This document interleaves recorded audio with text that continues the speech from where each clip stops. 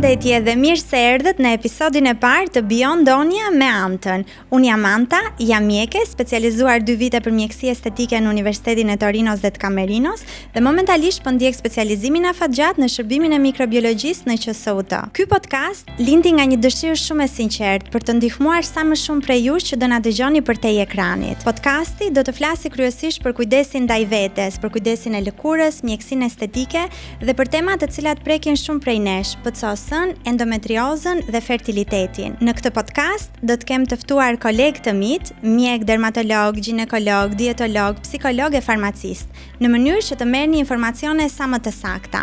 Ka ardhur momenti që të flasim dhe të japim zë problemeve dhe trupit të femrës. Shpresoj shumë që ta shijoni këtë podcast, merrni një filxhan çaj dhe shihemi në 12 episodet në vijim.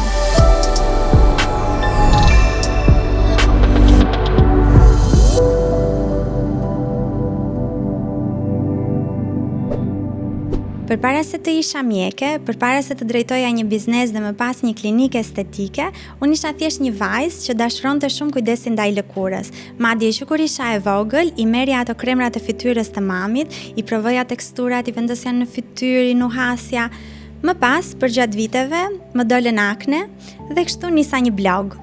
Një blog të quajtur Kokomed, tek i cili unë ndava gjithë rrugtimin tim se si i trajtova aknet e mia, dhe ka qenë një blog i cili ka qenë ndër të parët në ato vite, bëhet fjalë rreth 12 vite më parë, ku ndaja përshtypjet për çdo produkt dermokozmetik që provoja. Pas blogut, disa vite më vonë, lindi Kokoshopi, një dyqan fizik, i cili u krijua nga nevoja për të gjetur në një vend të caktuar produkte për kujdesin e lëkurës, që të ishin organike dhe që të funksiononin. Dhe më besoni, 10 vite më parë, produktet organike kanë qenë një hit. Si vjet Kokoshopi feston 10 vjetorin e tij dhe ne përpiqemi gjatë gjithë kohës që të jemi një hap me kohën me të gjitha produktet që sjellim në Shqipëri. Episodin e parë të këtij podcasti unë ja kam kushtuar pikërisht kujdesit të lëkurës në shtëpi, sepse mendoj që ajo është baza për një lëkurë të shëndetshme. Dhe për të folur mbi këtë, sot kam të ftuar farmacisten që punon me ne në Kokoshop dhe që ju sugjeron përditëse çfarë ju nevojitet për lëkurën.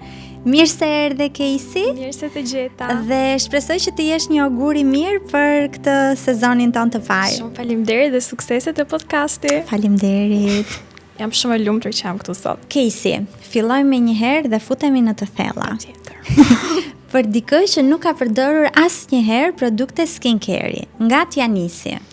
Atëherë ne gjithmonë sugjerojmë që rutina të jetë sa më bazike dhe sa më e thjeshtë, por duke filluar me larsin që të jetë sa më delikat dhe për llojin e lëkurës, pastaj kalojmë te hidratuesi, tek eksfoliuesi që duhet të jetë për targetuar problematikat e lëkurës specifike, qoftë akne ose njollat kafe që janë shumë vështira sërish për u trajtuar.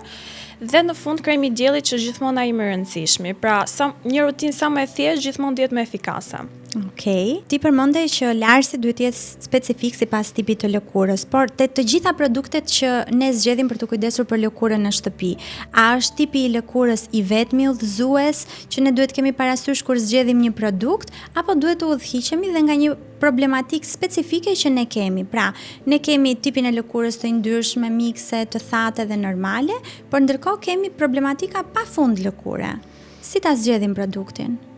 Patjetër, domethënë nuk duhet shkojmë gjithmonë vetëm te tipi i lëkurës, sepse gjithmonë lëkurat mikse për shembull, që është dhe rasti im, ne gjithmonë shkojmë tek ato larsit me acid salicilik, me acid eksfoliuese dhe gjithmonë le të themi bëjmë më shumë dëm lëkurës se sa ta riparojmë. Dhe tek pjesa e larsit gjithmonë duhet shkojmë te sa më butë dhe të zgjedhim ato produktet më gentle me lëkurën dhe le trajtimi të shkojë tek pjesa e serumeve. Dhe gjithmonë ne sugjerojmë atë pjesën me produkte më të buta për lëkurën.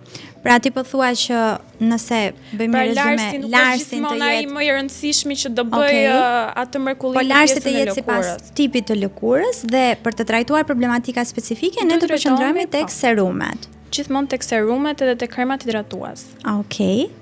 A ka rëndësi radha e aplikimit të këtyre produkteve kozmetike dhe nëse ti mund të na sugjerosh një rutinë të mirë mëngjesi dhe darke, sepse normalisht unë e di, po rutina e darkës sigurisht ka më shumë hapa për kujdesin e lëkurës, duke qenë se ne vendosim make-up, kremin e diellit gjatë ditës, por jo të gjithë janë shumë të qartë se si ta ndërtojnë këtë rutinë të mirëfill dhe si ti përdorin sipas radhës produktet në shtëpi. Radha e vendosjes së produkteve ka shumë rëndësi. Marrim si shembull atë të mëngjesit, mund ta lajmë fytyrën ose jo, kjo në varësi të tipit të lëkurës. Për shembull, lëkurat e thella nuk e kanë gjithmonë të nevojshme, ndryshe nga ato mikse që gjatë natës lëkura prodhon atë yndyrën. Mbasi lajmë fytyrën, është rëndësishme të kemi një serum hidratues, pra nga ato me konsistenca më ujore, kalojmë te kremi hidratues dhe normalisht kremi i diellit që është dhe më i rëndësishmi për në mëngjes. Ndërkohë që në darkë, mua gjithmonë më pëlqen të përdor larjen e dyfish, pra një larë zvajor, dhe më pas të kaloj te larësi specifike lëkurës. Të pëlqen ty apo është e domosdoshme larja e dyfisht? Më pëlqen mua dhe është e domosdoshme, sepse ne gjatë ditës përveç make-upit dhe kremit të diellit, që lëkura nuk është e njëjtë diferencë midis atyre të dyjave, sepse gjithmonë është ky keq kuptimi, jo kam vendosur vetëm krem dielli dhe nuk do vendos, nuk kam vendosur make-up dhe e pastroj. Nuk ka diçka të tillë. Pra larja dyfish është e domosdoshme. Pastaj kalojmë tek ato serumet që janë trajtuese dhe hidratuesi në fund për të kyçur të gjitha ato rutinën dhe të përshtuar dhe hidratimin në lëkurë. Okej, shumë mirë.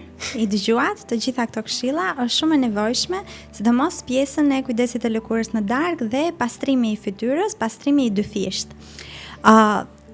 Me sa përmendet ti dhe sa dëgjova unë, ishte që jo më shumë se sa 4-5 produkte, pra pak a shumë t'i thej një larës, një serum, një hidratues, një krem dielli. Po trendet nuk janë kështu në fakt. Trendet janë këto rutinat e gjata me 10 dhe me 12 hapa. Me tonik, a kemi vërtet nevojë për kaq shumë produkte? Jo, nuk kemi as pak nevojë për kaq shumë produkte, sepse një ose dy produkte bëjmë mjaftueshëm atë punën te pjesa e trajtimit të problematikës. Marrim si rast për shembull lëkura, një tonik. Ai duhet lëkurës një tonik?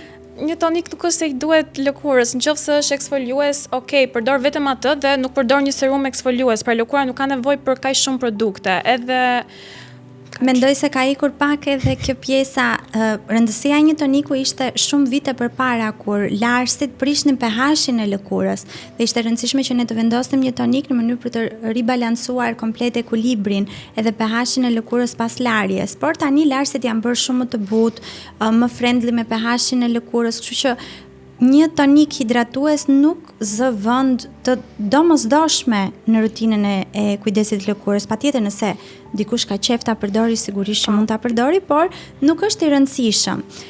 Cilat janë ato 4 hapa, jo relativisht të lidhur drejt për drejt me një produkt, por cilat janë hapat më të rëndësishëm në rutinë. Pra, unë do veçoja pastrimin, po, larja fytyrës që është më e rëndësishme, hidratimin dhe trajtimi, eksfolimi me acide të ndryshme dhe pastaj trajtuesit si për shembull retinoide dhe kremi i diellit që është ai i fundit. Dhe kremi i diellit që është kryesori. Dhe është dhe më e rëndësishme. Sigurisht, nuk ka kremi i diellit nuk është vetëm për parandalimin e plakjes së parakohshme të lëkurës, por është për ta mbrojtur lëkurën nga kanceri i lëkurës. Dhe kjo është gjëja më e rëndësishme se pse duhet vendosim çdo ditë krem dielli. Cilët janë disa nga përbërësit aktiv më të rëndësishëm si për fillestarët, por edhe për një njerëz i cili është mësuar dhe ka një përdorim të rregullt të skincare-it në shtëpi? Përbërësit që mendoj që duan në rutinë, ato më të rëndësishmit mund ta nisim me vitaminën C. Ajo përveç që është antioksiduese e fuqishme, jep atë elasticitetin lëkurës dhe e bën atë plot shkëlqim. Dhe këtë mund ta kenë të gjithë në rutinë. Pastaj kemi edhe retinolin, që është ai produkti më i fuqishëm anti-age, që edhe i trajton njollat, rrudhat, elasticitetin e lëkurës, por edhe ndihmon me pjesën e akneve dhe të zbrazë ato poret edhe i ngushton ato dhe shenjat që ose edhe me lazmën. Okej. Tjetër, cili do ishte ndonjë përbërës që të veçoja? Pastaj tjetër janë produktet eksfoliuese, janë acide që i ndajmë në AHA dhe BHA, për shembull ato BHA-t në saliciliku i famshëm, që dhe unë e kam shumë qef, dhe gjithmonë i sugjerojmë për lëkurat mikse. Pastaj të AHA-t kemi acidin laktik, acidin glikolik, që përveç se e zbardhin lëkurën, ndihmojnë me njollat edhe ja shtojnë dhe hidratimin lëkurës. Edhe t'i japin atë shkëlqimin. Po japin dhe një glow shumë të bukur. Unë gjithmonë i them dhe pacientëve te klinika, nëse doni një trajtim sigur keni bërë diçka në klinik, mjafton të përdorni një peeling me acid mandelike dhe laktik në shtëpi dhe do keni super shkëlqim përpara një eventi. çfarë do më thoje për niacinamidet, për peptidet?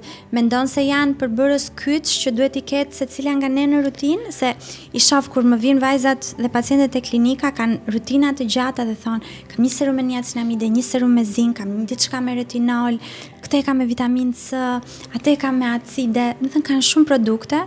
Po, a janë vërtet për shembull niacinamidet ndër ato top përbërësit që duhet të jenë në rutinë? Unë do thaj që janë bërë dhe pak më shumë trend, pra niacinamidet nuk janë patjetër të domosdoshme të jenë një serum veç në rutinë, sepse ato le të themi i kemi në çdo formulim të mundshëm, sepse ndihmojnë atë riparimin e barrierës së lëkurës. Pra jo domosdoshmërisht të duhen një serum veç. Po, dhe ja më dolet e një temë prap shumë e bukur. A është e rëndësishme që ne të kemi produkte të veçanta vetëm me një përbërës aktiv të caktuar? Apo ne mund të kemi dhe një krem i cili ka disa përbërës aktiv, sigurisht në formulime që janë përcaktuar nga laborator, farmacistë të tjerë që e dinë që ai produkt funksionon, dhe pa patur nevojën që të kemi kaq shumë produkte dhe mund të rrezikojmë dhe për ta irrituar lëkurën. Edhe irritojmë dhe nuk shohim le të themi rezultatin e produktit që janë duke përdorur në rutinë. Unë gjithmonë jam fan se një produkti që është më i pasur në përbërje, pra ka dhe niacinamidet dhe acidet e ndryshme, edhe riparues të barrierës së lëkurës. Pra nuk do të fokusohemi gjithmonë tek një serum me përqendrim të lartë, sepse po patë një përqendrim të lartë, le të themi do kemi më shumë rezultat.